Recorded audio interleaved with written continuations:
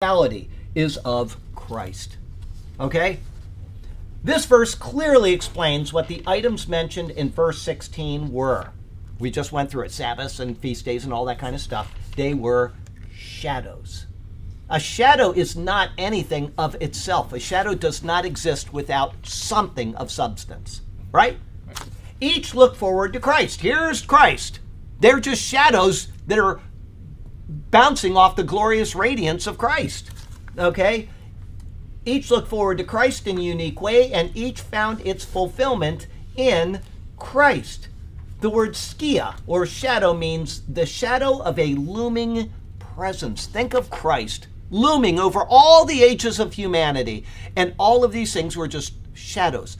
The glory of God shining back on time for Israel to say, I'm doing this thing, and now I see the substance. It's marvelous the way that Paul is writing this. The shadow of a looming presence. Figuratively, it looks to a spiritual reality relating to God's light or spiritual darkness. The foods prescribed or forbidden under the law, the feast days of the Lord, the new moon celebrations, and the Sabbath days all only look forward as shadows. But Paul says, but the substance is of Christ. Okay, here, I'm holding this there, and there's a shadow on the wall. That shadow is there, but if I pull this away, the shadow goes away and it moves over here, right? This is the substance. That is the shadow. If we just think about what Paul is trying to tell us, it all makes sense. Christ is the substance. Everything else is just a shadow. Okay? Charlie, this is so cool. I just thought about it. First, this is an amazing verse to start the next sermon with. Okay. From the Old Testament. Second, if the light is coming, let's say from this side. Right. And this is Christ, and God is shining the light, and there's the shadow. Right.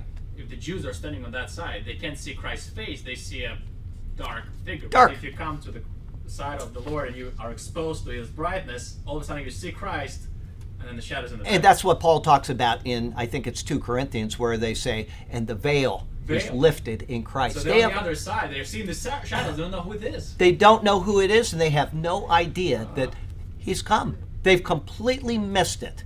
That's very good analogy there. Very good. The foods, I read that. The word substance, or soma, means a physical body.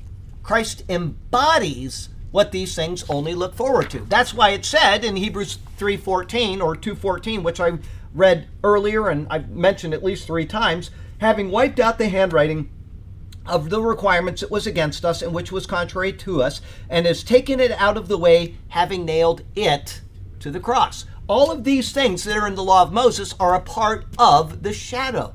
He is the substance. If you just look at it that way, you can understand.